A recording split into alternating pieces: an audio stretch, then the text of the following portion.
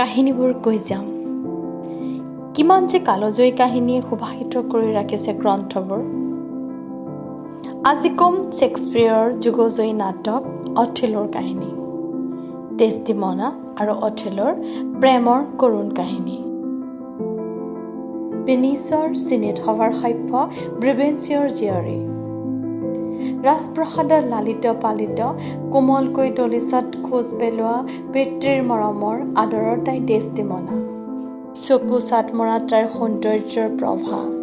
এই স্বৰ্গীয় সৌন্দৰ্যৰ কমনীয়তাত আহত হয় বহু ডেকাৰ হৃদয়। কেৱল মাত্ৰ সৌন্দৰ্যময়ী নে? তাইৰ আছে স্নিগ্ধ জোনৰ স্ফটিক পোহৰৰ দৰে নিষ্পাপ নিষ্কলুষু এখন সঁচা হৃদয়। ডেছডেমনা যে গুণৰ পূজাৰী, সেয়ে শাৰীৰিক সৌন্দৰ্যহীন কৃষ্ণাংগ যৌৱনৰ মাধুৰ্য হেৰুৱা অথেলোৰ প্ৰেমত হাবুডুবু খালে সৌন্দৰ্যময়ী ডেছডেমনাই। নিজৰ বীৰত্বৰে ভেনিচবাসীক মুগ্ধ কৰি ৰখা বীৰ যোদ্ধা ভেনিচ নগৰৰ সেনানায়ক অথেলো। বহুবাৰ শুনিছে তাই অথেলোৰ বীৰত্বৰ কাহিনী।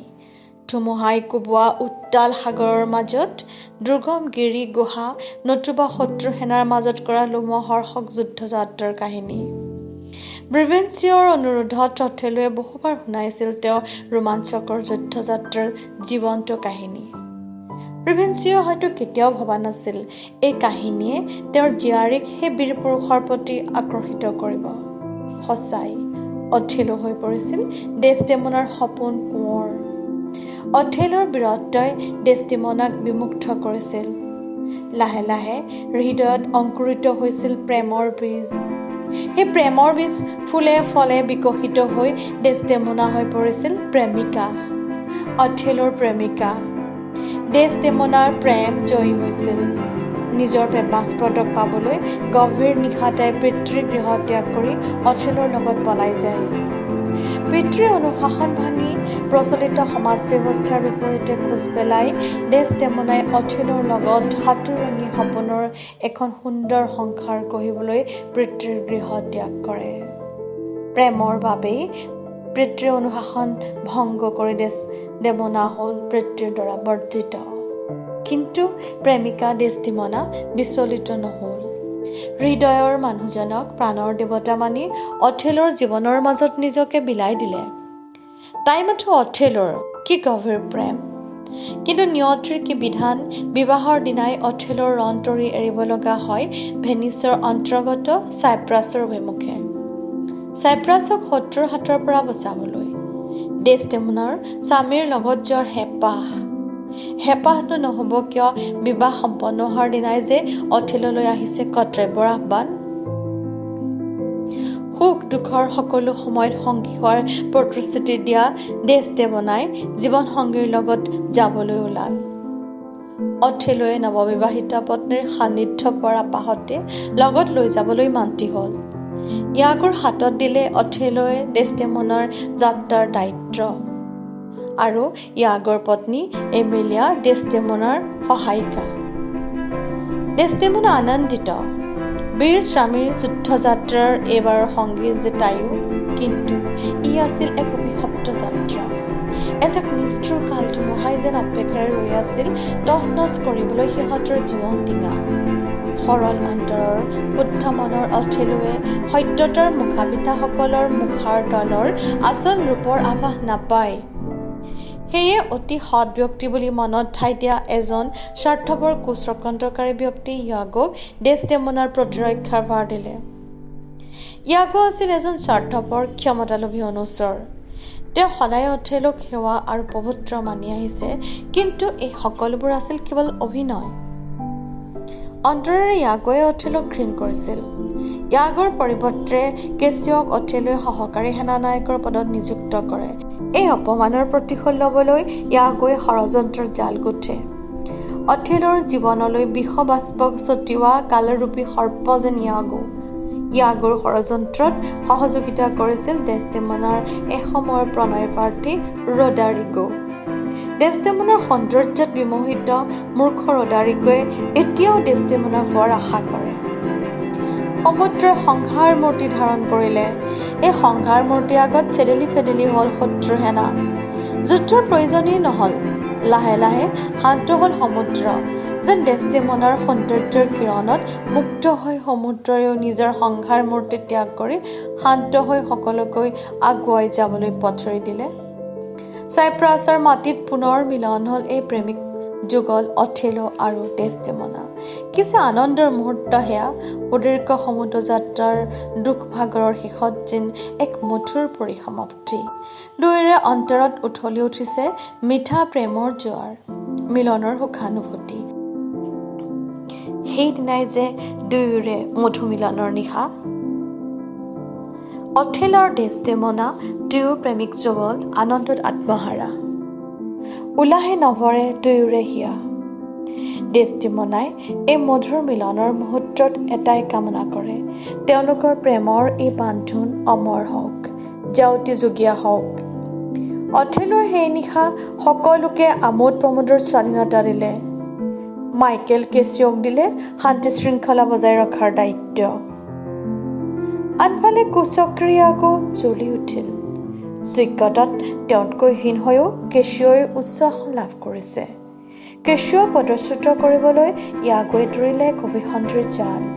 ডেছডেমনাক পোৱাৰ আশাৰে বাট চাই থকা ৰডাৰিগক ইয়াগোৱে বুজালে, ডেছডেমনাক পাবলৈ হ'লে বাটৰ সকলো কণ্টক ৰডাৰিগই আঁতৰাবই লাগিব। চতুৰ ইয়াগোৱে বুজাবলৈ যত্ন কৰিলে যে সোনকালেই ডেছডেমনাৰ মোহ ভংগ হ'ব। পূৰ্ণ যৌৱনা ডেছডেমনাই যৌৱনৰ মাধুৰ্য হেৰুৱা কুৎসিত অথেলোৰ প্ৰতি অতি সোনকালেই বিৰাগ জন্মিব। অথেলোৱে ডেছডেমনাক সন্তুষ্ট কৰিব নোৱাৰে। তেতিয়া ডেছডেমনাৰ অতৃপ্ত মনটোৱে পূৰ্ণ যৌৱনৰ পুৰুষৰ আলিংগন বিচাৰিব। তেতিয়া হয়তো সুদৰ্শন কেচিঅই হ'ব সেই সৌভাগ্যৱান পুৰুষ। গতিকে ৰডাৰিগৰ ৰাস্তাৰ কাঁইট অথেলো নহয়, কেচিঅহে। ইয়াগোৱে চক্ৰান্ত কৰিলে।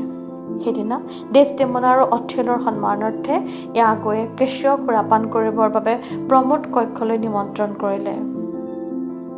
ইয়াগোৱে ৰডাৰিগৰ লগ হৈ কেচিঅক অত্যাধিক সুৰাপান কৰালে।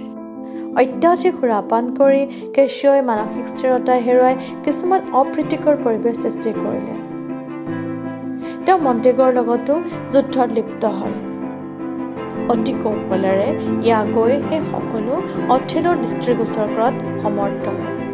ইয়াগোৱে অভিসন্ধিৰ পাতনি সফলতাৰে সামৰণি মাৰিলে। কেচিঅ দোষী প্ৰমাণিত হ'ল। অপৰাধৰ শাস্তি হিচাপে অথেলোৱে কেচিঅক পদচ্যুত কৰিলে। কেচিঅ দুখিত হ'ল, লজ্জিত হ'ল। মদ্যপান কৰি নিজৰ হিতাহিত জ্ঞান হেৰুৱাই নিজৰ সন্মান পদমৰ্যাদা হেৰুৱালে। এইবাৰ ইয়াগোৱে অন্য এক ষড়যন্ত্ৰৰ পাতনি মেলিলে। সাপ হৈ খুটা বেজ হৈ জৰা ইয়াগোৱে কেচিঅৰ শুভাকাংক্ষীৰ অভিনয় কৰি ডেছডেমনাৰ জৰিয়তে অথেলোক ক্ষমা প্ৰাৰ্থনা কৰিবলৈ বুদ্ধি দিলে। চতুৰ ইয়াগোৱে ইয়াকো বুজালে যে অথেলোৱে তেওঁৰ প্ৰিয়তমা পত্নীৰ অনুৰোধ কেতিয়াও অস্বীকাৰ নকৰে। ইয়াগোৱে তেওঁৰ পত্নী ডেছডেমনা পৰিচাৰিকা এমিলিয়াৰ সহযোগিতাত কেচিঅক ডেছডেমনাক সাক্ষাৎ কৰিবলৈ সহায় কৰিলে। ইয়াগোৰ অভিসন্ধি আৰম্ভ হয়।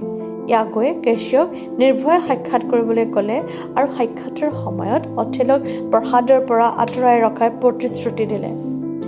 কিন্তু ইয়াৰ অন্তৰালত তেওঁৰ অভিপ্ৰায় বেলেগ আছিল। তেওঁৰ মুখ্য উদ্দেশ্য আছিল কেচিঅ আৰু ডেছডেমনাই কথা পাতি থকা অৱস্থাতে অথেলোৱে স্বচক্ষে দুয়োকে দেখা পাওক। কেচিঅই ডেছডেমনাৰ আগত নিজৰ ভুল স্বীকাৰ কৰি জনালে যে অধিক মদ্যপান কৰি তেওঁ অপ্ৰীতিকৰ পৰিৱেশ সৃষ্টি কৰিলে। তেওঁৰ ভুলৰ বাবে তেওঁ অনুতপ্ত আৰু লজ্জিত। কেচিঅই অনুৰোধ জনালে তেওঁক সেই শাস্তিৰ পৰা অব্যাহতি দিবলৈ যাতে ডেছডেমনাই অথেলোক অনুৰোধ কৰে। কেচিঅ ডেছডেমনাৰ ওচৰত ক্ষমা প্ৰাৰ্থনাৰ বাবে অহা মুহূৰ্তত উদ্যানৰ ফালে অথেলো আৰু ইয়াগোক অহা দেখি কেচিঅই ডেছডেমনাৰ বাধাকো নামানি লৰালৰিকৈ উদ্যানৰ পৰা ওলাই যায়। এই দৃশ্য দেখুৱাবৰ বাবে ইয়াগোৰ আঁচনি আছিল আৰু কৃতকাৰ্যও হৈছিল। ইয়াগোৰ অভিনয় আৰম্ভ হয়। তেওঁ যেন অতি দুখিত সেই দৃশ্য দেখা পায়। ইয়াগোৱে অথেলোৰ মনত সন্দেহৰ বীজ ৰোপণ কৰাৰ অভিনৱ প্ৰয়াস। ইয়াগোৰ কথাত কিহবাৰ অস্পষ্ট ইংগিত সোমাই আছে। অথেলোৱে ভালদৰে বুজি উঠিছিল। অথেলোৱে সুধিছিল, তেওঁৰ পত্নীৰ কাষৰ পৰা যোৱাজন কেচিঅ নেকি বাৰু? কিন্তু কুচক্ৰী ইয়াগোৱে কথাবোৰত সন্দেহৰ বীজ ৰোপণ কৰা মানসেৰে উত্তৰ দিছিল যে কেশিয় নিশ্চয় নহয়, কেশিয়ই অপৰাধীৰ দৰে যাব বুলি ইয়াগোৱে নাভাবে। তেনে সময়তে ডেছটিমনাই কেশিয়ক শাস্তিৰ পৰা অব্যাহতি দিবৰ বাবে অনুৰোধ কৰিবলৈ স্বামীৰ কাষ চাপিল। ইয়াগোৰ ষড়যন্ত্ৰৰ অনুমান কৰিব নোৱাৰা ডেছটিমনাই কেশিয়ক ক্ষমা প্ৰদান কৰিবলৈ অথেলক প্ৰাৰ্থনা জনালে। ডেছটিমনাই অথেলক এই কথা সোঁৱৰালে যে তেওঁৰ প্ৰণয় ভিক্ষা কৰাৰ সময়ত কেশিয় আছিল অথেলৰ বিশ্বাসী বন্ধু। সেই বন্ধুত্ব তেওঁ পাহৰাটো উচিত নহয়। পত্নীৰ সৌন্দৰ্যত বিভোৰ অথেলয়ে অনুভৱ কৰে ডেছটিমনাৰ ভাল পোৱাই যেন তেওঁৰ সত্তাক জীয়াই ৰাখিছে। ডেছটিমনাৰ অবিহনে যেন তেওঁৰ জীৱন অৰ্থহীন। ডেছটিমনাৰ আবেদন শুনি অথেলয়ে ডেছটিমনাক আশ্বাস দিলে আৰু অলপ সময় বিচাৰিলে। ইয়াগোৱে ষড়যন্ত্ৰৰ জাল চাৰিওফালে মেলি ধৰিলে। অথেলৰ নিৰ্দেশত ডেছটিমনা আৰু ইমেলিয়াই উদ্যানৰ পৰা ওলাই যায়। ইয়াগোৱে সন্দেহৰ বীজটো ৰোপণ কৰি সাৰ পানী দিয়াৰ চেষ্টা অব্যাহত ৰাখিলে আৰু অথেলৰ মনত কৌতূহল সৃষ্টি কৰিবৰ বাবে কেশিয় বিষয়ে বিভিন্ন প্ৰশ্ন কৰিলে। বিশেষকৈ তেওঁ সুধিছিল কেশিয়ই ডেছটিমনা আৰু অথেলৰ প্ৰেম কাহিনীৰ বিষয়ে জানে নেকি। সৰল মনা অথেলয়ে ইয়াগোৰ অভিসন্ধি বুজি পোৱা নাছিল। তেওঁলোকৰ সকলো কথাই মুকলিকৈ ইয়াগোৰ আগত ব্যক্ত কৰিছিল আৰু এই কথাও কৈছিল দুয়োৰে প্ৰেম কাহিনীৰ সৈতে কেশিয় খুব নিবিড়ভাৱে জড়িত। বহু সময়ত কেশিয় তেওঁলোকৰ ভাৱৰ আদান প্ৰদানৰ মাধ্যম আছিল। ইয়াগোৱে অতি আচৰিত হৈ দেখুৱালে।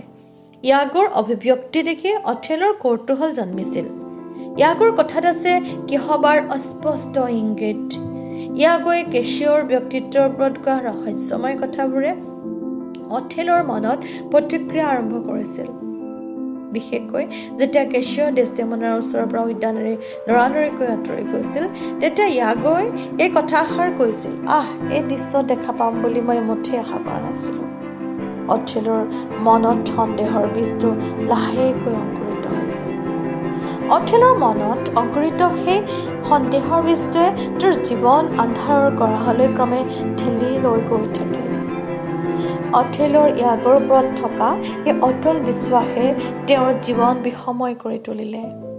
ইয়াগোৱে অথেলৰ মনৰ অস্থিৰতা বুজি উঠিছিল আৰু মনৰ কৌতূহল বঢ়াবলৈ কৌশল আৰু চাতুৰালিৰে কেশিয়ৰ বিষয়ে বিভিন্ন অস্পষ্ট মতামত দিলে। ইয়াগোৰ চাতুৰালি চৰিতাৰ্থ হৈছিল। ইয়াগোৱে অথেলৰ বিশ্বাস জয় কৰিবলৈ স্বামী স্ত্ৰীৰ সম্পৰ্কৰ ওপৰত এক বক্তৃতাও দিলে। তেওঁ এই বুলিও কেশিয়ক সতৰ্ক কৰিলে যে স্বামী স্ত্ৰীৰ যেতিয়া পৰস্পৰৰ ওপৰত সন্দেহৰ ভাৱ জন্মে তেতিয়াই যুগ্ম জীৱনৰ মধুৰতা শেষ হৈ যায়। পত্নীক অন্তৰেৰে ভাল পায়ো যি স্বামীয়ে বিশ্বাস কৰিব নোৱাৰে তেওঁ কেতিয়াও সংশয় আৰু অনিশ্চয়তাৰ পৰা হাত সাৰিব নোৱাৰে। ইয়াগোৰ কথাবোৰত অস্পষ্ট ইংগিত অথেলয়ে বুজিছিল। অথেলয়ে সাহসেৰে কৈছিল যে তই ইমান দুৰ্বল মনৰ ব্যক্তি নহয় যে তেওঁ ভিত্তিহীন আৰু মানুহৰ মুখৰ কথাকে মানি লৈ সন্দেহৰ প্ৰশ্ৰয় দিব। সত্য আৰু উপযুক্ত প্ৰমাণ নহ'লে তই কোনো কথাই স্বীকাৰ কৰা মানুহ নহয়। ইয়াগোৱে কথাৰ মায়াজালেৰে অথেলক মেৰিয়াই ধৰিলে। ক্ষণে ইয়াগোৰ কথাৰ সুৰ সলনি হয়। ইয়াগোৱে জোৰ দি ক'লে সময়ে সত্য প্ৰমাণিত কৰিব। তেওঁ অথেলক অনুৰোধ কৰিলে ডেছটিমনাক সন্দেহৰ চকুৰে নাচাবলৈ। আকৌ সাৱধান কৰিও ক'লে অথেলৰ যাতে সৎমনটোত প্ৰতাৰিত নহয় তাৰ কাৰণে ডেছটিমনাৰ গতিবিধি আৰু কেশিয়ৰ প্ৰতি তেওঁৰ ব্যৱহাৰ নিৰীক্ষণ কৰিবলৈ।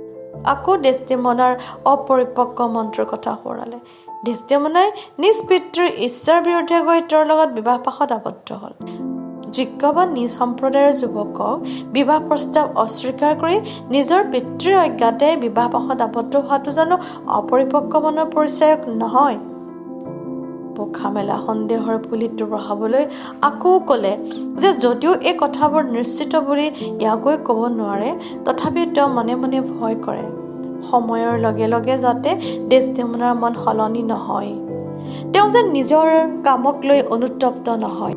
ইয়াগোৱে কথাবোৰ এনেকৈ কৈ গ'ল তেওঁ যেন অথেলৰ এজন শুভচিন্তক। সৰল মনৰ অথেলয়ে ইয়াগোৰ মনৰ কুহ অভিসন্ধি বুজি পোৱা নাছিল। ইয়াগোৱে তেওঁক এইবোৰ কথা বেছিকৈ নাভাবিবলৈ ক'লে যদিও এটা কথা কৈ গ'ল যে ডেছটিমনাই অথেলক বাৰে বাৰে কেশিয়ক ক্ষমা কৰিবৰ বাবে আবেদন কৰিলে বহু কথাৰ সত্যতাৰ উমান পোৱা যাব। শত্ৰু ইয়াগোৱে লগতে এইদৰেও কৈ গ'ল যে প্ৰমাণ অবিহনে একো কথাই চূড়ান্ত বুলি অথিলোৱে ভবাটো উচিত নহয়। তেওঁ ডেছডেমনাক চৰিত্ৰহীনা বুলি নাভাবিবলৈ অনুৰোধ কৰি সেই ঠাইৰ পৰা আঁতৰি যায়। কিন্তু ইয়াগোৰ অভিসন্ধি জালখন অথেলোৰ মনটো মেৰিয়াবলৈ সমৰ্থ হয়।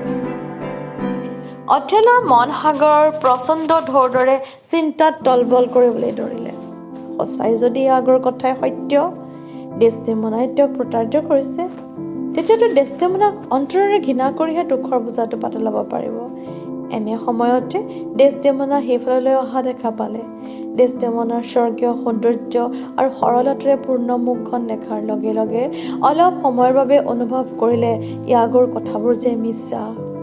এনে সৰলতা আৰু স্নিগ্ধতাৰ মাজত জানো ইমান পাপৰ পবিত্ৰী লুকাই থাকিব পাৰে? ডেছডেমনা আহিল অথেলোক মাতিবলৈ, যিহেতু ভোজসভাত অতিথিবৃন্দই তেওঁৰ বাবে অপেক্ষা কৰি ৰৈ আছে। অথেলোৱে ডেছডেমনাক জনালে যে তেওঁ কিছু সময়ৰ পৰা মূৰৰ বিষ অনুভৱ কৰি আছে। মমতাময়ী ডেছডেমনাই প্ৰিয়জনৰ অসুস্থতাৰ কথা শুনি উদ্গ্ৰীৱ হৈ পৰিল। হাতত লৈ ফুৰা তাইৰ মৰমৰ ৰুমালখনকে অথেলোৱে মূৰত বান্ধি দিলে। অসাৱধানবশতঃ ৰুমালখন তলত পৰি যায়। দুয়ো সেই ঠাই ত্যাগ কৰি প্ৰসাদলৈ যোৱাৰ পিছত ডেছডেমনাৰ পৰিচাৰিকা ইয়াগোৰ পত্নী এমিলিয়াৰ চকু পৰিল মাটিত পৰি থকা ৰুমালখনত। এমিলিয়া আনন্দিত হ'ল। ডেছডেমনাৰ সেই বিশেষ ৰুমালখন আনিবলৈ তেওঁৰ স্বামী ইয়াগোৱে বহুবাৰ কৈছে, কিন্তু ডেছডেমনাৰ অতিকৈ প্ৰিয় অথেলোৰ প্ৰথম উপহাৰ সেই ৰুমালখন তাই নিব খোজা নাছিল।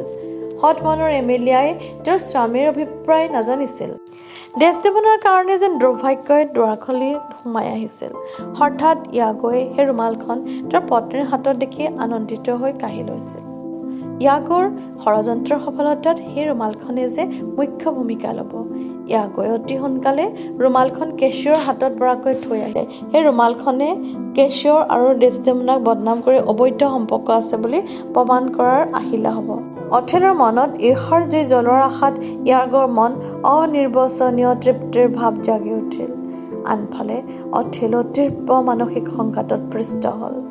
তেওঁৰ অতি প্ৰিয় মৰমৰ পত্নীয়ে যদি সঁচাকৈ তেওঁক বিশ্বাসঘাতকতা কৰিছে, শুদ্ধ অশুদ্ধ বিচাৰ ক্ষমতা হেৰুৱাই অথেলোৰ মনত সন্দেহৰ বীজ তলা ইয়াগোক অথেলোৱে ডেছডেমনা আৰু কেচিঅ'ৰ অবৈধ সম্পৰ্কৰ প্ৰত্যক্ষ প্ৰমাণ দিবলৈ দাবী কৰিলে। নহ'লে ইয়াগোক কঠোৰ শাস্তি বিহা হ'ব। প্ৰমাণ প্ৰমাণ অথেলোক লাগে প্ৰমাণ। দুসমুঠ চাতুৰালীৰ আভূষণ পিন্ধা চক্ৰান্তকাৰী ইয়াগোৱে পুনৰ অভিনয় আৰম্ভ কৰিলে। তেওঁ যেন অথেলোৰ অতি শুভচিন্তক। ইয়াগোৱে দুখ প্ৰকাশ কৰিও দেখুৱালে। সততাক মানি চলি সত্য কথা অথেলোৰ আগত প্ৰকাশ কৰাৰ বাবে তেওঁ অথেলোৰ অপ্ৰিয় হ'ব লগা হৈছে। ডেছডেমনা আৰু কেচিঅ'ৰ অবৈধ সম্পৰ্কৰ প্ৰমাণ কৰি ডেছডেমনাক চৰিত্ৰহীনা বুলি প্ৰমাণিত কৰিলে অথেলোৱে মনত প্ৰচণ্ড আঘাত পাব। এই দুখ অথেলোক দিবৰ বাবে ইয়াগোৰ বিবেকে নকয়। যদিও অথেলোৰ মংগলৰ কাৰণে ইয়াগোৱে এই কাম কৰিবলৈ বাধ্য। অতি কৌশলেৰে কথাৰ মায়াজালেৰে ইয়াগোৱে অথেলোৰ বিশ্বাস চিনিবলৈ বাধ্য হয়। নিজৰ বুদ্ধিত অপৰিসীম বিশ্বাস থকা ইয়াগোৱে আন এটা মনে সজা কাহিনী আৰম্ভ কৰি অথেলোক ডেছডেমনাৰ হাতৰ ষ্ট্ৰবেৰী ডিজাইন অংকৃত ৰুমালখনৰ কথা সুধিলে। সেই ৰুমালখন অথেলোৱে ডেছডেমনাক দিয়া প্ৰথম উপহাৰ। চতুৰ ইয়াগোৱে উৎসাহেৰে ক'লে, তেনে এখন ৰুমালটো কেচিঅ'ৰ হাতত দেখা পাইছে, যিখন ডেছডেমনাৰে হ'ব। অথেলো এবাৰ খঙত একো নাই হ'ল, যেন হৃদয়ত ডাও ডাওকৈ এক অগ্নিশিখা জ্বলিছে। এই লেলিহান শিখাই সকলোকে ভস্ম কৰিব। প্ৰতিশোধ ল'বলৈ উত্তেজিত হৈ পৰিল অথেলো। ইয়াগো যেন কৃতকাৰ্যতাৰ চৰম শিখৰত উপনীত হৈছে। সুন্দৰ অভিনয়েৰে অথেলোৰ প্ৰতি আনুগত্য দেখুওৱা ইয়াগোৱে প্ৰতিজ্ঞা কৰিলে তেওঁ শাৰীৰিক মানসিক সকলো শক্তি অথেলোৰ সেৱাত নিয়োগ কৰিব। অথেলোৱে কুচক্ৰী ষড়যন্ত্ৰকাৰী ইয়াগোৰ আচল উদ্দেশ্য বুজি নাপাই অতি প্ৰসন্ন হৈ ইয়াগোক তেওঁৰ সহকাৰী সেনাধ্যক্ষৰ পদত অধিষ্ঠিত কৰিলে। অথেলোৱে নিজৰ ধ্বংস নিজে মাতি আনিলে।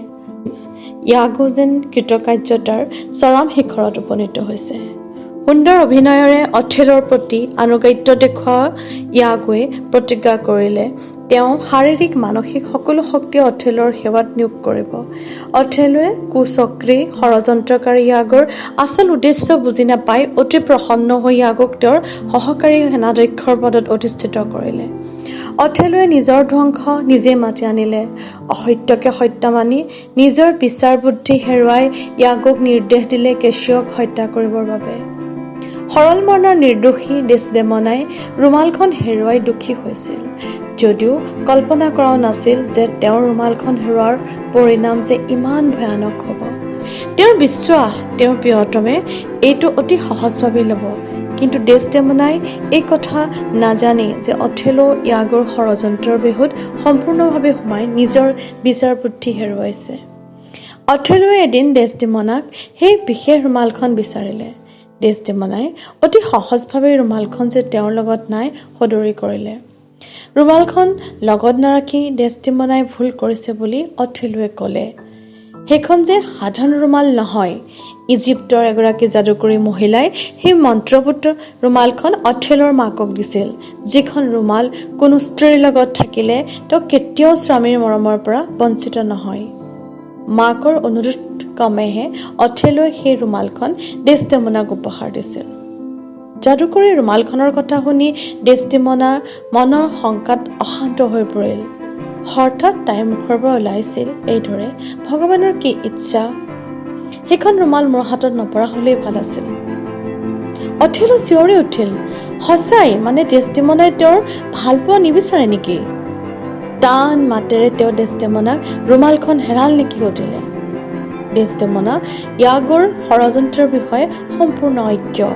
সেয়ে অথেলোৱে যেতিয়া বাৰে বাৰে ৰুমালখন আনিবলৈ ক'লে তেতিয়া তেওঁ ৰুমালখন নাই হেৰুওৱা বুলি মিছা মাতিলে আৰু মনতে ভাবিলে কেছিঅক ক্ষমাদানৰ বিষয়ে কিবা কথা ডেছডেমনাই সোধে বুলিয়ে অথেলোৱে তেওঁক আঁতৰাই পঠাব খুজিছে। সেয়ে ডেছডেমনাই বাৰে বাৰে কেছিঅৰ ক্ষমাদানৰ কথা ক'লে। ডেছডেমনাৰ মুখত বাৰে বাৰে কেছিঅৰ নাম শুনি যেন জ্বলা জুইত ঘিউ ঢালিলে। অথেলো অধৈৰ্য হ'ল আৰু ক্ষোভত সেই ঠাই ত্যাগ কৰিলে। ডেছডেমনাই অনুভৱ কৰিলে সঁচাই ৰুমালখনত যেন কিবা মোহিনী শক্তি আছে। ডেছডেমনাৰ চিন্তা হ'ল অথেলো কিবা এনে সমস্যাত পৰিছে নেকি যে ইমান সোনকালে বিৰক্ত আৰু অধৈৰ্য হৈ পৰিছে। ইফালে ইয়াগোৱে অতি কৌশলেৰে ডেছডেমনাৰ ৰুমালখন কেছিঅৰ হাতত পেলালে। কেছিঅ বুজি নাপালে ক'ৰ ৰুমাল আৰু কেনেকৈ তেওঁৰ কোঠালৈ আহিল, কিন্তু ষ্ট্ৰবেৰী অংকিত সেই ৰুমালখনৰ সৌন্দৰ্যত তেওঁ মুগ্ধ হ'ল। ৰুমালখনৰ গৰাকীয়ে ঘূৰাই নিয়াৰ আগতে তেনেকুৱা একেই ডিজাইনৰ এখন ৰুমাল তৈয়াৰ কৰিবলৈ কেছিঅই তেওঁৰ প্ৰেমিকা চাইপ্ৰাছৰ গণিকা ব্ৰিয়াংকাক দিলে। ডেছডেমনাৰ হাতত ৰুমালখন নাই এই কথা জানি অথেলোৰ মন অশান্ত। মনৰ ভিতৰত যেন ৭ সমুদ্ৰৰ প্ৰচণ্ড জোৱাৰ ভাটাহে সৃষ্টি হ'ল। এয়া কি, মানে ইয়াগোৰ সকলো কথাই সত্য। হঠাৎ যেন হেৰাই গ'ল অথেলোৰ জীৱনৰ সুৰ, যি সুৰে অথেলোৰ প্ৰাণত স্পন্দন দিছিল, জীয়াই থকাৰ হেঁপাহ জগাইছিল। নাই, হেৰাই গ'ল সেই সুৰ। হেৰাই গ'ল তেওঁৰ প্ৰেয়সী ডেছডেমনা। তেওঁ আজি অৱহেলিত, প্ৰতাৰিত। প্ৰচণ্ড মানসিক দ্বন্দ্বত ভুগি অথেলোৱে ছটফটালে। ইয়াগোৰ মনত যে কি অনিৰ্বচনীয় প্ৰশান্তি। ইয়াগোৱে নিজৰ চাতুৰালিৰে বিভিন্ন মনে সজা কথাৰে অথেলোৰ মন অন্ধকাৰময় কৰি তুলিলে। ইমান পৰ্যন্ত ক'লে যে কেছিঅই নিজে ডেছডেমনাৰ সৈতে থকা সম্পৰ্কৰ কথা স্বীকাৰ কৰিছে। অথেলোৰ মন অব্যক্ত দুখ আৰু খঙত প্ৰায় উন্মাদৰ দৰে হৈ পৰিল। অলপ সময়ৰ পিছত প্ৰায় সংজ্ঞা হেৰুৱাই পেলালে। এনে সময়তে কেছিঅই অথেলোক সাক্ষাৎ কৰিবলৈ আহে। কেছিঅক দেখি ইয়াগোৰ কুপ্ৰবৃত্তি পুনৰ জাগৃত হয় আৰু এক নাটকীয় পৰিৱেশৰ সৃষ্টি কৰে। অথেলো অসুস্থ হৈ থকা বাবে ইয়াগোৱে কেছিঅক অলপ দূৰত অপেক্ষা কৰিবলৈ কয় আৰু তেওঁৰ লগত অলপ কথা আছে বুলি জানিবলৈ দিয়ে। আনফালে অথেলো সুস্থ হৈ অহাৰ পিছত তেওঁক ইয়াগোৱে বিভিন্ন কথাৰে প্ৰৱৰ্তি সন্মোহিত কৰি ৰাখিলে। অথেলোৰ দুৰ্ভাগ্য দেখি ইয়াগোৱে দুখ প্ৰকাশ কৰিলে। একে সময়তে এই কথাও ক'লে যে ডেছটিমনাৰ দুষ্কৰ্মৰ কথা জানিবলৈ সুযোগ পোৱাটো তেওঁৰ বাবে এক সৌভাগ্যৰ কথা। ইয়াৰ পিছত ইয়াগোৱে অথেলক বুজালে যে ইয়াগোৱে কেচিঅ'ৰ সৈতে কিছুমান কথা পাতিব, যিবোৰ অলপ দূৰত অথেলই লুকাই শুনিলে নিজেই কেচিঅ'ৰ অবৈধ প্ৰেমৰ স্বীকাৰোক্তি শুনিবলৈ পাব। প্ৰবল বিবেক দংশনত থকা অথেলুৱে ইয়াগোৰ কথামতে অলপ দূৰত্বত মনে মনে লুকাই থাকিল। ইয়াগোৱে কেচিঅ'ৰ লগত কথা বাৰ্তা আৰম্ভ কৰিলে। ইয়াগোৱে প্ৰথমে ডেছডেমনাৰ নাম লৈ ক'লে। ডেছডেমনাৰ ওচৰত তেওঁ কৰা আবেদনৰ সোনকালে আশাজনক সঁহাৰি পাব। অথেলুৱে ডেছডেমনাৰ নাম শুনি আগ্ৰহেৰে কাণ দিলে। এইবাৰ ইয়াগোৱে অথেলুৱে নুশুনাকৈ অতি সৰুকৈ বিয়াংকাৰ নাম ল'লে আৰু ক'লে তাইৰ হাতত এই ক্ষমতা থকা হ'লে অতি সোনকালে কেচিঅ'ই হেৰুৱা পদমৰ্যাদা ঘূৰাই পালেহেঁতেন। তাৰপিছত কেচিঅ'ক বিভিন্ন প্ৰশ্ন কৰিলে কেচিঅ' আৰু বিয়াংকাৰ মাজৰ সম্পৰ্কৰ বিষয়ে। ইয়াগোৱে ক'লে কেচিঅ'ই তাইক বিয়া কৰাব বুলি প্ৰচাৰ হৈছে। কেচিঅ'ই সশব্দে হাঁহিলে আৰু বিয়াংকাৰ বিষয়ে অৱজ্ঞাৰে ক'লে যে এজনী বেশ্যা বিয়া কৰাবলৈ তেওঁৰ ৰুচি ইমান নিম্ন খাপৰ নহয়। তাইৰ তেওঁৰ প্ৰতি থকা আকৰ্ষণৰ বাবে নিজেই এনেকৈ ভাবিছে। দূৰত মনে মনে বাৰ্তালাপ শুনি থকা অথেলুৱে ভাবিলে এই সকলোবোৰ তেওঁলোকে ডেছডেমনাৰ কথাই পাতি আছে। ঈৰ্ষা আৰু খঙত অথেলো জ্বলি উঠিল। সেই সময়ত হঠাৎ বিয়াংকা খঙত আহি কেচিঅ'ই বনাবলৈ দিয়া ৰুমালখন দলিয়াই দি কৈ গ'ল যে কেচিঅ'ক বেলেগ প্ৰেয়সীয়ে দিয়া ৰুমালখনৰ নিচিনা আন ৰুমাল তেওঁ বনাব নোৱাৰে। বিয়াংকাই কেচিঅ'ক ৰাতি তেওঁৰ ঘৰত আহাৰ গ্ৰহণ কৰিবলৈ মাতি থৈ গ'ল। কেচিঅ'ই যাবৰ সময়ত ইয়াগোক কৈ গ'ল ক'ব লগা কিবা কথা থাকিলে ৰাতি বিয়াংকাৰ ঘৰত লগ কৰিবলৈ। সকলো আঁতৰি যোৱাৰ পিছত অথেলো লুকাই থকা ঠাইৰ পৰা ওলাই আহিল। প্ৰচণ্ড খঙত অথেলো একো নাই হৈছে। এজাক প্ৰলয়ংকাৰী ঘূৰ্ণী বতাহে যেন তেওঁৰ মনৰ ভিতৰত ঘূৰিছে। অথেলোৰ মনৰ অৱস্থাৰ অনুমান কৰিব পাৰি ইয়াগোৱে কেচিঅ'ৰ কথাবোৰ ৰহণ সানি খংটো তেওঁৰ আৰু বঢ়াই গৈ থাকিল। লগতে ক'লে বিয়াংকাই দলিয়াই থৈ যোৱা ৰুমালখন যে ডেছডেমনাৰ তেওঁ নিশ্চয় দেখা পালে। অথেলোৱে চিঞৰি উঠিল ডেছডেমনা জীয়াই থাকিব নোৱাৰে। তেওঁ ঠিক কৰিলে ডেছডেমনাক তেওঁ হত্যা কৰিব। সত্যতে ডিঙি চেপি হত্যা কৰাই ঠিক বিচাৰ হ'ব। ইতিমধ্যে লডভিগো নামৰ এজন বিষয়াই ভেনিচৰ পৰা আহি জনালে যে ভেনিচৰ ডিউকে কেচিঅ'ক পদোন্নতি দি চাইপ্ৰাছৰ শাসনৰ দায়িত্ব দিছে আৰু অথেলক ভেনিচলৈ উভতি যাবলৈ নিৰ্দেশ দিছে। কেচিঅ'ৰ পদোন্নতিৰ খবৰে অথেলক আৰু অশান্ত কৰিলে। আনফালে সৰলমনা ডেছডেমনাই কেচিঅ'ৰ পদোন্নতিৰ খবৰ শুনি অতিশয় আনন্দিত হ'ল। তেওঁৰ বাবে আটাইতকৈ সুসংবাদ হ'ল স্বদেশলৈ ঘূৰি যাবৰ বাবে অহা নিৰ্দেশটো। নিজৰ দেশৰ স্মৃতিয়ে তাইক আনমনা কৰিলে। ডেছডেমনা আনন্দত আপোন পহৰা হ'ল। কিন্তু অথেলোৰ মতে ডেছডেমনা ইমান প্ৰফুল্লিত হোৱাৰ কাৰণ কেচিঅ'ৰ পদোন্নতি। হিংসা আৰু ঘৃণাত অথেলোৰ মন বিষময় হৈ পৰিল। ইয়াৰ পিছৰ পৰাই তেওঁলোকৰ সম্পৰ্ক আৰু বেয়ালৈ গতি কৰিলে। অথেলোৰ সন্দেহী মনটো অশান্তিত ছটফটাবলৈ ধৰিলে, যেন পাখি ভঙা বেদনাত পিষ্ট চৰাইটোহে। অশান্ত অথেলো। এইবাৰ তেওঁ ডেছডেমনাৰ পৰিচাৰিকা এমিলিয়াৰ কাষ চাপিল। অথেলোৱে এমিলিয়াক ডেছডেমনাৰ চৰিত্ৰ আৰু কেচিঅ'ৰ লগত সম্পৰ্কৰ বিষয়ে বিভিন্ন প্ৰশ্ন কৰিলে। এমিলিয়াই নিষ্পাপ ডেছডেমনাৰ পবিত্ৰতা দোহাই দি ক'লে যে তেওঁৰ সন্দেহ ভিত্তিহীন। তাই অতি পবিত্ৰ বুজাবলৈ যত্ন কৰি এমিলিয়াই অনুৰোধ কৰিলে যে কোনোবাই নিজৰ কু অভিপ্ৰায় পূৰণৰ কাৰণে অথেলোৰ মনত এনে বিষবাষ্প সুমুৱাইছে। এই সকলোবোৰ মিছা আৰু অথেলোৱে এই ভিত্তিহীন কথাবোৰ পাহৰি যোৱা উচিত। এমিলিয়াৰ কথাই তাক শান্ত কৰিব নোৱাৰিলে। ডেছডেমনাক তেওঁৰ কাষলৈ পঠাই এমিলিয়াক বাহিৰত অপেক্ষা কৰিবলৈ আদেশ দিলে। ডেছডেমনা কক্ষলৈ অহাৰ লগে লগে অথেলোৱে তেওঁৰ ফালে চাবলৈ ক'লে আৰু ডেছডেমনাৰ চকুজুৰি চাবলৈ খুজিলে। অথেলোৰ এনে অস্বাভাৱিক আচৰণ দেখি ডেছডেমনা আশংকাত কঁপি উঠিল। অথেলোৱে ডেছডেমনাক কিছুমান অস্বাভাৱিক কথা সুধি উত্তেজিত হৈ পৰিল। ডেছডেমনাই নিজকে ধৰ্মপত্নী বুলি কোৱাত অথেলোৱে তীব্ৰ গৰিহণা দিলে। তাইক দুচৰিত্ৰা, পতিতা আদি শব্দৰে গালি বৰ্ষণ কৰাৰ লগতে ক'লে যে তাইৰ পাপ নৰকৰ ব্যভিচাৰতকৈ ঘৃণনীয়। অপ্ৰকৃতিস্থ অথেলোৱে দুখৰ বোজা সহ্য কৰিব নোৱাৰি কান্দি পেলালে। স্বামীৰ চকুত চকুলো দেখি ডেছডেমনা অতিকৈ দুখিত হ'ল। অব্যক্ত বেদনাত আহত ডেষ্টিমনা মুখ হৈ পৰিছিল। তেওঁ যে কন্দাৰ শক্তিও হেৰাই পেলাইছে। এমিলিয়া সোমাই আহি অথেলৰ চকুত চকু পানীৰ কথা সোধাত ডেষ্টিমনাই একো উত্তৰ নিদিলে। মাথো এমিলিয়াক অনুৰোধ কৰিলে তেওঁৰ বিচনাত সেই নিশা ফুলসজ্জাৰ নিশা পাৰি দিয়া কাপোৰ কেইখনকে পাৰিবলৈ, লগতে ইয়াগক মাতিবলৈ ক'লে। ইয়াগো আহি মতাৰ কাৰণ সোধাত এমিলিয়াই সকলো কথা ক'লে। আহত ডেষ্টিমনাই ইয়াগক সুধিলে অথেলৰ এই নিন্দা তিৰস্কাৰ সঁচাই তেওঁৰ জানো প্ৰাপ্য হোৱা উচিত? অথেলৰ কোপদৃষ্টিত তেওঁ শেষ হৈ গ'লেও তেওঁৰ মনত স্বামীৰ প্ৰতি ভক্তি আৰু প্ৰেমৰ পবিত্ৰতা সদায় থাকিব।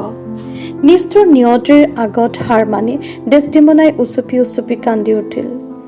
ইয়াগোৱে আচৰিত হোৱাৰ অভিনয় কৰিলে। নিখুঁত অভিনেতা ইয়াগোৱে একো নজনাৰ অভিনয় কৰি অথেলৰ এই আচৰণৰ বাবে তীব্ৰ গৰিহণা দিলে। তেওঁৰ মনলৈ এনে নিজ মনোভাৱ কেনেকৈ সোমাল তাকে ভাবি চিন্তিত হৈ দেখুৱালে। এমিলিয়াই ক'লে যে কোনোবা অসৎ ব্যক্তিয়ে নিজৰ স্বাৰ্থ পূৰণৰ বাবে তেওঁৰ মনত এনে ভাৱ সোমোৱাব পাৰে। ইয়াগোৱে এই কথাৰ বিৰোধিতা কৰি ক'লে যে সংসাৰত এনে নিষ্কৰ্ম কৰা মানুহ নাই। হয়তো প্ৰশাসনিক সমস্যাত জুৰুলা তেওঁৰ অশান্ত আৰু দুৰ্বল মনটোৰ বাবে তেওঁৰ মনত এনে ভাৱৰ সৃষ্টি হৈছে। সময়ত নিজৰ ভুল বুজিব বুলি সান্তনা দি ইয়াগো আঁতৰি যায়। ৰাস্তাত ৰডাৰিগক লগ পায়। ডেষ্টিমনাক পৰ আশাত খাপ পিটি থকা ৰডাৰিগোৱে কিমান টকা ব্যয় কৰিলে একো ফল নোপোৱাত তেওঁ অতিষ্ঠ হৈ পৰিছে। তেওঁ ইয়াগোক সতৰ্ক কৰিলে যে অতি সোনকালে ৰডাৰিগোৱে ডেষ্টিমনাক নিজৰ চিনাকি দি ইয়াগোৰ সকলো কথা মুকলি কৰিব। চতুৰ ইয়াগোৱে জানে কেনেকৈ ৰডাৰিগোক প্ৰলোভিত কৰিব লাগে। ইয়াগোৱে কথাৰ মায়াৰে ৰডাৰিগোৰ মনত আশাৰ চাকি গছি জ্বলাই তুলিলে। তেওঁ ৰডাৰিগক ক'লে ডেষ্টিমনা ভেনিচলৈ উভতি গ'লে তেওঁ ডেষ্টিমনাক লাভ কৰাটো অসম্ভৱ হৈ পৰিব। গতিকে তেওঁলোকক চাইপ্ৰাছতে ৰাখিবলৈ হ'লে ৰডাৰিগোৱে নতুনকৈ চাইপ্ৰাছৰ শাসনৰ দায়িত্ব দিয়া কেছিঅক হত্যা কৰিব লাগিব, যাতে কেছিঅই অথেলৰ পদত নিযুক্তি পাব নোৱাৰে। চক্ৰান্তকাৰী ইয়াগোৱে কেছিঅৰ হত্যাৰ আঁচনি কৰিলে। কেছিঅই সেইদিনা বিয়াংকাৰ ঘৰত আহাৰ গ্ৰহণ কৰিবলৈ যোৱাৰ কথা। গতিকে ইয়াগোৱে অভিসন্ধি কৰিলে যে ঘূৰি আহোঁতে ৰডাৰিগোৱে তেওঁক আক্ৰমণ কৰিব। ৰডাৰিগোৰ এই হত্যাকাণ্ডত ইয়াগোৱে আৰে আৰে সহায় কৰাৰ প্ৰতিশ্ৰুতি দিলে। ৰডাৰিগোৰ ইচ্ছা নাছিল যদিও ডেষ্টিমনাক পোৱাৰ আশাতে এই হত্যাকাণ্ড কৰিবলৈ সাজু হ'ল। সেইদিনা নিশা প্ৰসাদতো ভোজৰ আয়োজন কৰিছিল সন্মানীয় অতিথি ভেনিচৰ পৰা অহা লডোভিগো। আহাৰ গ্ৰহণ কৰাৰ পিছত লডোভিগোক বিদায় দি অথেলোৱে ডেষ্টিমনাক শয়ন কক্ষলৈ যাবলৈ নিৰ্দেশ দিয়ে।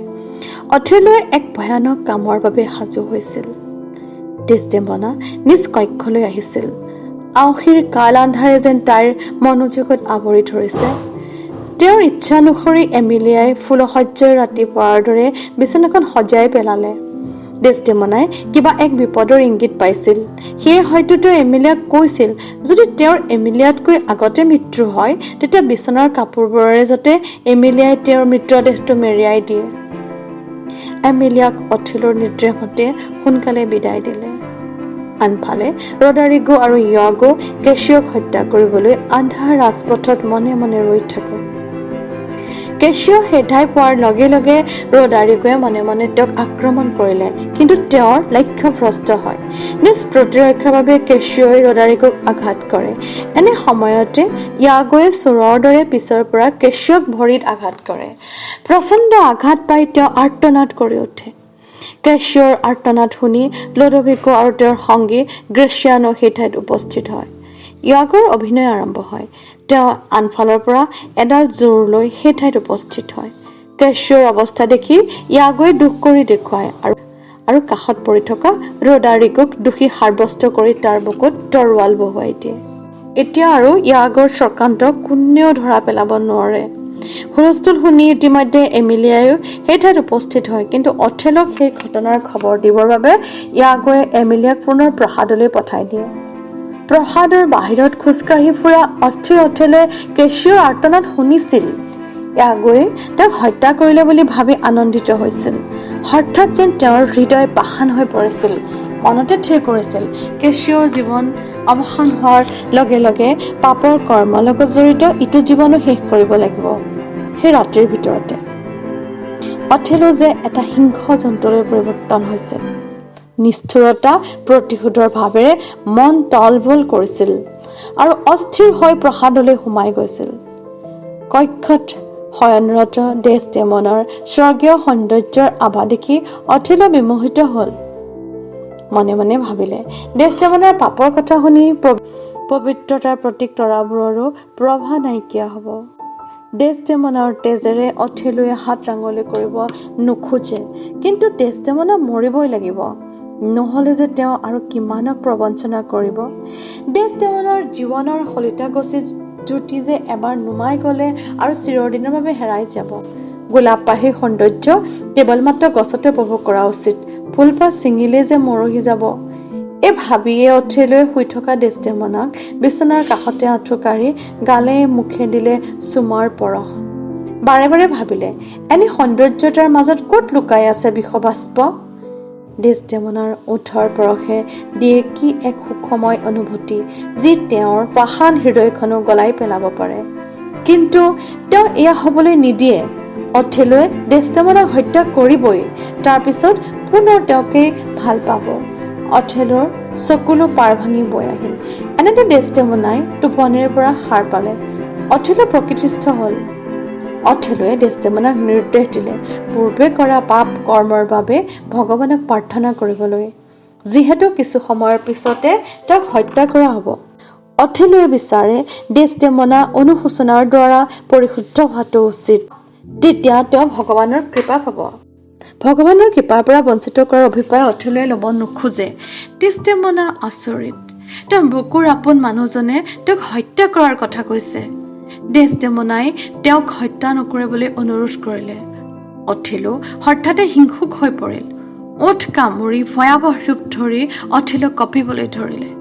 অথেলোৰ সেই অস্বাভাৱিক ৰূপ দেখি ডেছডেমনাৰ হৃদয় কঁপি উঠিল। ডেছডেমনাই ভয়ে ভয়ে ক'লে, তাইতো একো দোষ কৰা নাই। অথেলোৱে চিঞৰি কৈ উঠিল ডেছডেমনাৰ পাপৰ কথা মনত পেলাবলৈ। ডেছডেমনাই উত্তৰ দিলে, অথেলোক ভাল পোৱাটোৱে তেওঁৰ পাপ নেকি? চিন্তা শক্তি হেৰুৱাই পেলাই অথেলোৱে কৈ উঠিল, সেই কাৰণে তেওঁ মৰিব লাগিব। অথেলোৱে এইবাৰ কঠোৰ হৈ সুধিলে, তেওঁ ডেছডেমনাক দিয়া ৰুমালখন কেচিয়ক দিছিল। ডেছডেমনাই শপত খাই ক'লে যে এই সকলোবোৰ মিছা কথা। কেচিয়ক মাতি সুধিবলৈ অনুৰোধ কৰিলে, কিন্তু অথেলোৱে ডেছডেমনাৰ একো কথাই বিশ্বাস নকৰিলে। বাৰে বাৰে হুংকাৰ কৰি ক'লে যে তেওঁ এতিয়া মৃত্যুসজ্জাত আছে, গতিকে অতি সোনকালে তেওঁ কুকৰ্মৰ কথা স্বীকাৰ কৰিব লাগে। সৎ মহিয়সী ডেছডেমনাই নিজৰ সততাৰ কথা বাৰে বাৰে ক'লে আৰু এই কথা স্পষ্ট ক'লে যে সহানুভূতি আৰু সামান্য দয়াৰ বাহিৰে তেওঁ কেচিয়ৰ প্ৰতি কোনো অনুৰাগ দেখুওৱা নাই, কোনো ৰুমাল উপহাৰ দিয়া নাই। অথেলো অধৈৰ্য হৈ চিঞৰি উঠিল, সেই ৰুমালখন যে অথেলোৱে কেচিয়ৰ হাতত দেখিছে। ডেছডেমনাৰ অস্বীকাৰে অথেলোৰ হৃদয় আৰু পাষাণ কৰি তুলিলে। ডেছডেমনাই কেচিয়ক মাতি আনিবলৈ ক'লে। অথেলোৱে চিঞৰি কৈ উঠিল, কেচিয়ক মতাৰ দৰকাৰ নাই। কেচিয়ই নিজেই ডেছডেমনাৰ লগত থকা অবৈধ সম্পৰ্কৰ কথা স্বীকাৰ কৰিছে। সত্যৰ পথত চলা ডেছডেমনাই এই কথা বিশ্বাস নকৰিলে। কেচিয়ই কেতিয়াও এনে মিছা মাতিব নোৱাৰে। অথেলোৰ খঙত একো নাই হৈ ক'লে, কেচিয়ৰ মুখ বন্ধ হৈ গৈছে, তেওঁৰ নিৰ্দেশত ইয়াকৈ কেচিয়ক হত্যা কৰিছে। ডেছডেমনাই আৱেগিক হৈ কান্দি উঠিল। এটা মিছা অপবাদে কেচিয়কে নহয় তেওঁকো ধ্বংসৰ গৰাহলৈ ঠেলি দিলে। এইবাৰ অথেলোৱে উগ্ৰমতি ধৰি ডেছডেমনাক তিৰস্কাৰ কৰিলে আৰু ক'লে, নিলজ্জ ডেছডেমনা কেচিয়ৰ বাবে চকুলো টুকিছে। ব্যভিচাৰিণী তাই। ডেছডেমনাই স্বামীক কাকুতি কৰিলে, হত্যা নকৰি তাইক নিৰ্বাসন দিবৰ বাবে, নহ'লে সেই ৰাতিটো ভিক্ষা মাগিলে। পাষাণ অথেলোৱে সকলো অস্বীকাৰ কৰিলে। ডেছডেমনাই তাইৰ জীৱনৰ আধা ঘণ্টা সময় ভিক্ষা মাগিলে প্ৰাৰ্থনাৰ বাবে। হিংসুক অথেলোৱে ডেছডেমনাৰ একো কথাই নুশুনিলে। তেওঁৰ সকলো বিনতি অৰণ্যৰ ৰোদনত পৰিণত হ'ল। অকণো সময় নষ্ট নকৰি অতি হিংস্ৰতাৰে অথেলোৱে ডেছডেমনাৰ ডিঙিত সজোৰে চেপি ধৰিলে। যাক নিজতকৈ বেছি ভাল পাইছিল, যাৰ প্ৰেমে জীয়াই থকাৰ মাদকতা আনিছিল, যাৰ লগত ৰামধেনুৰ সাতৰঙী সপোন ৰচি এখন সুখৰ সংসাৰৰ আশাত নিজ পিতৃকো ত্যাগ কৰিছিল, সেই প্ৰেমিকৰ হাততে ডেছডেমনাই প্ৰাণ ত্যাগ কৰিলে। মৃত্যুৰ কিছু সময়ৰ আগতে তাত উপস্থিত হৈছিল এমিলিয়া। নৈশ সংঘৰ্ষৰ বাতৰি অথেলক দিবলৈ আহিছিল। বিচনাত তাইৰ অতিকৈ মৰমৰ মিত্ৰমুখী ডেছডেমনাক দেখি এমিলিয়ে সাৱটি ধৰি বাৰে বাৰে সুধিলে, কোনে এই কাম কৰিলে? ডেছডেমনাই খুব কষ্টেৰে উত্তৰ দিলে যে তাই নিজে সকলো কৰিছে। তাই মৰমৰ পৰিচাৰিকা এমিলিয়াৰ পৰা বিদায় ল'লে আৰু অথেলক প্ৰেম সম্ভাষণ জনাবলৈ ক'লে। মহিয়সী ডেছডেমনাই জীৱনৰ শেষ মুহূৰ্তত মৃত্যুসজ্জাত নিজৰ মহানতাৰ সততা আৰু পবিত্ৰ প্ৰেমৰ নিদৰ্শন দি গ'ল। অথেলো বিপদত পৰে বুলি আত্মহত্যা কৰাৰ নাটক কৰিলে, কিন্তু অথেলোৱে ডেছডেমনাক হত্যা কৰাৰ কথা নিজে স্বীকাৰ কৰিলে। এই কথা শুনি দুখত বিফল হোৱা এমিলিয়ে অথেলক তিৰস্কাৰ কৰিলে।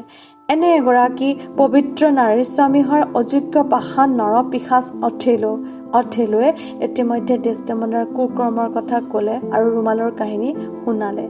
এমিলিয়ে সকলো বুজি উঠিল যে কাৰোবাৰ ষড়যন্ত্ৰ বলি হ'ল তাইৰ চেনেহৰ ডেছডেমনা। এমিলিয়ে অথেলোৰ নিষ্ঠুৰ কৰ্মৰ বাবে গৰিহণা দিলে। ইতিমধ্যে অথেলোৰ কক্ষৰ পৰা কোলাহল শুনি মণ্টানো, গ্ৰেচিয়ানো আৰু ইয়াগো আহি তাত উপস্থিত হয়। সকলো আচৰিত, কিন্তু এমিলিয়ে সকলো কথা কোৱাৰ সিদ্ধান্ত ল'লে আৰু ৰুমালখনৰ সঁচা কাহিনী সকলোৰে আগতে ক'লে। ইয়াগোৰ মুখা খোলাৰ উপক্ৰম। ডেছডেমনাৰ সততাত মুগ্ধ এমিলিয়াই ডেছডেমনাৰ পবিত্ৰতাৰ প্ৰমাণ কৰিবলৈ নিজৰ স্বামীৰ প্ৰকৃত স্বৰূপ প্ৰকাশ কৰিবলৈ কুণ্ঠাবোধ নকৰিলে। ইয়াগোৱে চিঞৰি উঠিল, এই সকলোবোৰ মিছা। এমিলিয়াই প্ৰতিবাদ কৰি ক'লে যে সকলোবোৰ সত্য কথা। ইয়াগোৰ মুখা সুলকি পৰিল। অকণো পলম নকৰি ইয়াগোৱে এমিলিয়াক তৰোৱালেৰে আঘাত কৰিলে। এমিলিয়া বাগৰি পৰিল। ইয়াগো তৎক্ষণাত সেই ঠাই ত্যাগ কৰি পলায়ন কৰিলে, কিন্তু মণ্টানো তেওঁৰ পিছে পিছে গ'ল। অথেলোৰ প্ৰকৃত সত্য জনাৰ পিছত প্ৰবল অপৰাধবোধত ভুগিলে। ইয়াগোৰ নিচিনা এটা ষড়যন্ত্ৰকাৰীক বিশ্বাস কৰি তেওঁ কি সৰ্বনাশ কৰিলে। মানসিক অন্তৰ্দ্বন্দ্ব আৰু অনুশোচনাত দগ্ধ হৈ এক বিকট চিঞৰ মাৰি অথেলো ডেছডেমনাৰ কাষতে বাগৰি পৰিল। ডেছডেমনাৰ নিথৰ হিমচেঁচা দেহটোত হাত দি অথেলো দুখত বিফল হ'ল। এক বিশাল শূন্যতাই তেওঁক যেন আৱৰি ধৰিছে। তেওঁ সেই ক্ষণত নিজ জীৱন শেষ হোৱাটো বিচাৰে। ইতিমধ্যে ইয়াগোক গ্ৰেপ্তাৰ কৰা হয়। মৃত ৰডাৰিগৰ লগত পোৱা ইয়াগোৰ দুখন চিঠিয়ে তেওঁৰ ষড়যন্ত্ৰৰ বহু কথা পোহৰলৈ আনে। শোক আৰু ঘৃণাত অস্থিৰ অথেলোৱে ইয়াগোক দেখাৰ লগে লগে তৰোৱালেৰে আঘাত কৰে। ভেনিচৰ নৱনিযুক্ত শাসক কেছিয়ক চাইপ্ৰাছৰ দায়িত্বভাৰ দি অথেলোক ভেনিচলৈ লৈ যোৱাৰ সিদ্ধান্ত কৰা হ'ল। কিন্তু শোকবিহ্বল অথেলোৱে তেওঁৰ প্ৰিয়তমা পত্নীক লোকৰ প্ৰৰোচনাত পৰি হত্যা কৰাৰ অনুশোচনাত দগ্ধ হয়। যি প্ৰেমিকাৰ প্ৰেমে তেওঁৰ জীৱনক দিছিল এক নতুন চন্দ, যাৰ মৰমে ৰঙীন কৰিছিল অথেলোৰ হৃদয়, যাৰ সৌন্দৰ্যৰ প্ৰভাত আলোকিত হৈছিল অথেলোৰ সত্তা, সেই প্ৰেমিকাক নিজ হাতেৰে তেওঁ হত্যা কৰিলে। আজি অথেলো সৰ্বস্বান্ত, সৰ্বহাৰা।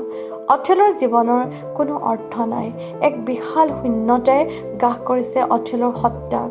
ডেছডেমনাৰ পবিত্ৰতাক তেওঁ সন্দেহ কৰিলে। ডেছডেমনাৰ সঁচা প্ৰেমক তেওঁ হত্যা কৰিলে। অনুশোচনাত দগ্ধ হৈ অথেলোৱে নিজৰ বুকুত তৰোৱাল বহুৱাই ডেছডেমনাৰ মৃতদেহৰ গাত বাগৰি পৰিল। ধন্যবাদ।